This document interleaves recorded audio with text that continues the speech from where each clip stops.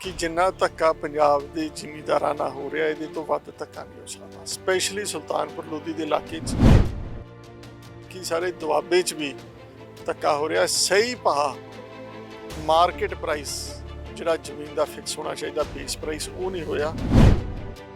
ਉਹਨਾਂ ਨੇ ਚੁੱਕੀ ਸੀ ਪੁਰਾਣੀ ਸਰਕਾਰ ਦੇ ਦੌਰਾਨ, ਪਰ ਉਹਦੇ ਤੇ ਕੋਈ ਡਿਸੀਜਨ ਨਹੀਂ ਹੋਇਆ, ਕੋਈ ਕਾਰਵਾਈ ਨਹੀਂ।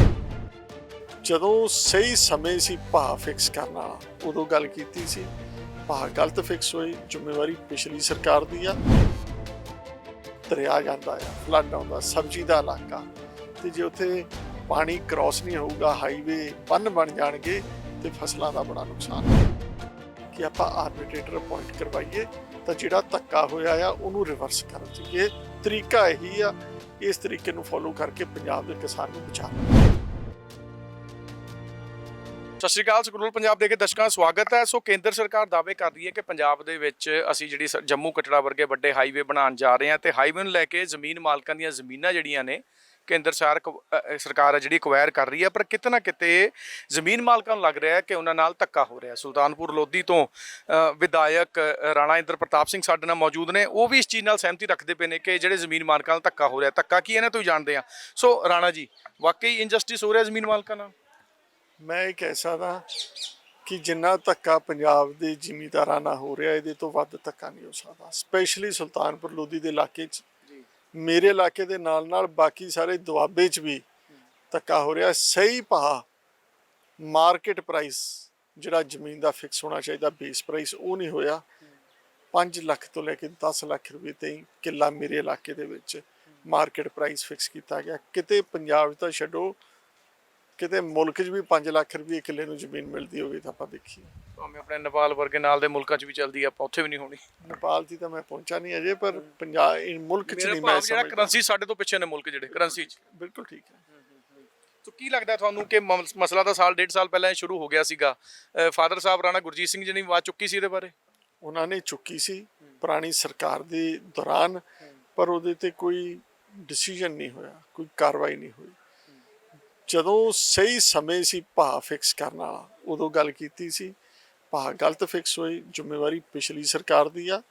ਪਰ ਇਸ ਸਰਕਾਰ ਦੀ ਇੰਨੀ ਜ਼ਿੰਮੇਵਾਰੀ ਜ਼ਰੂਰ ਹੈਗੀ ਆ ਕਿ ਜਿਹੜੀ ਸਮੱਸਿਆ ਆ ਉਹਨੂੰ ਅੱਜ ਆਪਾਂ ਸਹੀ ਕਿੱਦਾਂ ਕਰ ਸਕਦੇ ਆ, ਉਹਨੂੰ ਅੱਜ ਸਹੀ ਕਰ ਲਈਏ। ਜੇ ਅੱਜ ਵੀ ਨਾ ਸਹੀ ਕਰਾਂਗੇ ਤਾਂ ਫਿਰ ਉਹ ਕਦੇ ਨਹੀਂ ਹੋ ਸਕਦੀ।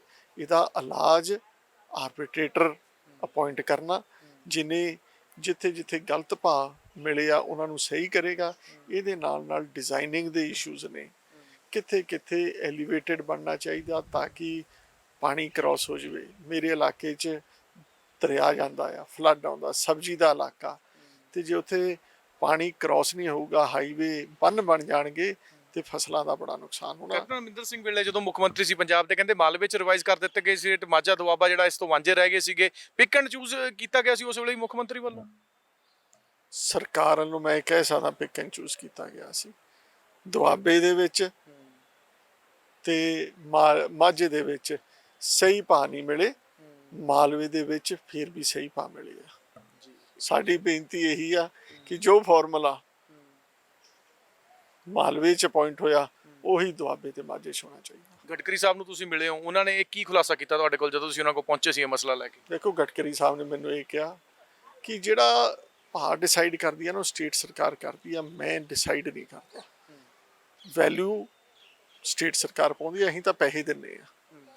ਤੇ ਪਰ ਫਿਰ ਵੀ ਜੇ ਕਮੀ ਪੇਸ਼ੀ ਹੋਈ ਆ, ਅਸੀਂ ਆਰਬਿਟਰੇਟਰ ਅਪਾਇੰਟ ਕਰਕੇ ਤੇ ਉਹਦੇ ਥਰੂ ਇਹਨੂੰ ਰੀਅਸੈਸ ਕਰਾ ਲੈਂਦੇ ਆ। ਪੰਜਾਬ ਸਰਕਾਰ ਦੀ ਭਾਅ ਤੈਅ ਕਰਨ ਵੇਲੇ ਲਾਪਰਵਾਹੀ ਰਹੀ, ਨਾਕਾਮੀ ਰਹੀ, ਸਾਜ਼ਿਸ਼ ਰਹੀ? ਲਾਪਰਵਾਹੀ ਰਹੀ, ਮੈਂ ਕਹੂੰਗਾ। ਧਿਆਨ ਹੀ ਨਹੀਂ ਦਿੱਤਾ। ਸਾਜ਼ਿਸ਼ ਨਹੀਂ ਕਹਿ ਸਕਦੇ, ਮਾਲਵੇ 'ਚ ਦੇਤੇ ਫਿਰ ਰਿਵਾਈਜ਼ ਕਰਕੇ ਦੂਜੇ ਪਾਸੇ ਫਿਰ ਨਹੀਂ ਦਿੱਤੇ। ਲਾਪਰਵਾਹੀ ਰਹੀ। ਦੇਖੋ, ਜੇ ਤਾਂ ਸਾਡੀ ਜੇਬ 'ਚੋਂ ਪੈਸੇ ਜਾਣੇ ਹੁੰਦੇ ਤਾਂ ਸਾਨੂੰ ਕੋਈ ਨੁਕਸਾਨ ਹੋ ਸਕਦਾ ਸੀ, ਖਜ਼ਾਨੇ ਨੂੰ ਕਹਿ ਸਕਦੇ ਆ। ਪੈਸੇ ਸੈਂਟਰ ਨੇ ਦੇਣੇ ਆ, ਅਸੀਂ ਤੇ ਮੁੱਲ ਹੀ ਪਾਉਣਾ, ਕਾਗਜ਼ੀ ਕਾਰਵਾਈ ਕਰਨੀ ਸੀ।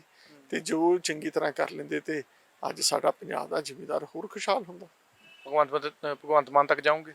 ਵੇਖੋ ਜੀ, ਮੈਂ ਭਗਵੰਤ ਮਾਨ ਜੀ ਨੂੰ ਸੈਸ਼ਨ 'ਚ ਵੀ ਬੇਨਤੀ ਕੀਤੀ ਸੀ ਇਸ ਇਸ਼ੂ ਦੇ ਉੱਤੇ, ਤੇ ਉਹਦੇ ਤੇ ਕੋਈ ਡਿਸੀਜਨ ਨਹੀਂ ਹੋਇਆ। ਪਰ ਫਿਰ ਵੀ ਮੈਂ ਕਿਸੇ ਦੀ ਗਲਤੀ ਨਹੀਂ ਕੱਢਦਾ, ਮੈਂ ਚਾਹੁੰਦਾ ਸੋਲੂਸ਼ਨ ਨਿਕਲਣਾ ਚਾਹੀਦਾ। ਤੇ ਮੈਂ ਉਦੋਂ ਵੀ ਇਹ ਕਿਹਾ ਸੀ ਕਿ ਆਪਾਂ ਆਰਬਿਟਰੇਟਰ ਅਪਾਇੰਟ ਕਰਵਾਈਏ ਤਾਂ ਜਿਹੜਾ ਧੱਕਾ ਹੋਇਆ ਆ ਉਹਨੂੰ ਰਿਵਰਸ ਕਰ ਸਕੀਏ। ਤਰੀਕਾ ਇਹੀ ਆ, ਇਸ ਤਰੀਕੇ ਨੂੰ ਫੋਲੋ ਕਰਕੇ ਪੰਜਾਬ ਦੇ ਕਿਸਾਨ ਨੂੰ ਬਚਾ ਲਈਏ। ਸੋ ਰਾਣਾ ਇੰਦਰ ਪ੍ਰਤਾਪ ਉਹਨਾਂ ਦਾ ਕਹਿਣਾ ਕਿ ਉਹ ਕਿਸੇ ਪਾਰਟੀ ਨੂੰ ਬਲੇਮ ਨਹੀਂ ਕਰਦੇ, ਮਕਸਦ ਸਿਰਫ ਇਹੀ ਹੈ ਕਿਸਾਨ ਨੂੰ ਜਿਹੜਾ 5 ਲੱਖ ਰੁਪਏ 10 ਲੱਖ ਰੁਪਏ ਪ੍ਰਤੀ ਕਿੱਲੇ ਪ੍ਰਤੀ ਏਕੜ ਦਾ ਮਿਲ ਰਿਹਾ ਉਹ ਜਾਇਜ਼ ਰੇਟ ਜਿਹੜਾ 80 85 90 ਲੱਖ ਰੁਪਏ ਹੋਣਾ ਚਾਹੀਦਾ ਉਹ ਮਿਲੇ। ਪਾਰਟੀਬਾਜ਼ੀ 'ਚ ਕਿਸੇ ਨੂੰ ਬਲੇਮ ਨਹੀਂ ਹੈ, ਮੁੱਖ ਮੰਤਰੀ ਦੀ ਕੋਈ ਲਾਪਰਵਾਹੀ ਨਹੀਂ ਹੈ। ਪਹਿਲਾਂ ਜ਼ਰੂਰ ਇਦਾਂ ਹੋ ਗਿਆ ਸੀ, ਕੈਪਟਨ ਅਮਰਿੰਦਰ ਜਦੋਂ ਸੀਗੇ ਮਾਲਵੇ ਦੇ ਵਿੱਚ ਰੇਟ ਰਿਵਾਈਜ਼ ਕਰਤੇ, ਮਾਝਾ ਤੇ ਦੁਆਬਾ ਇਸ ਤੋਂ ਵਾਂਝੇ ਰਹਿ ਗਏ ਸੀ। ਸੋ ਹੁਣ ਕੋਸ਼ਿਸ਼ 'ਚ ਲੱਗੇ ਹੋਏ ਨੇ ਰਾਣਾ ਇੰਦਰ, ਕੋਸ਼ਿਸ਼ ਇਹਨਾਂ ਦੀ ਕਿੰਨਾ ਕੁ ਰੰਗ ਲਿਆਉਂਦੀ ਹੈ ਇਹ ਵੀ ਬੜੀ ਛੇਤੀ ਸਾਹਮਣੇ ਆ ਜਾਏਗਾ। ਵਿਜੇ ਹਰਦੀਪ ਦੇ ਨਾਲ ਬਲਜੀਤ ਮਰਵਾਹਾ, ਸਕਰੋਲ ਪੰਜਾਬ, ਚੰਡੀਗੜ੍ਹ। ਦੇਸ਼ ਦੁਨੀਆ ਦੀਆਂ ਖਬਰਾਂ ਸਭ ਤੋਂ ਪਹਿਲਾਂ ਜਾਣਨ ਦੇ ਲਈ ਲਾਈਕ, ਸਬਸਕ੍ਰਾਈਬ ਤੇ ਫੋਲੋ ਕਰੋ ਸਕਰੋਲ ਪੰਜਾਬ।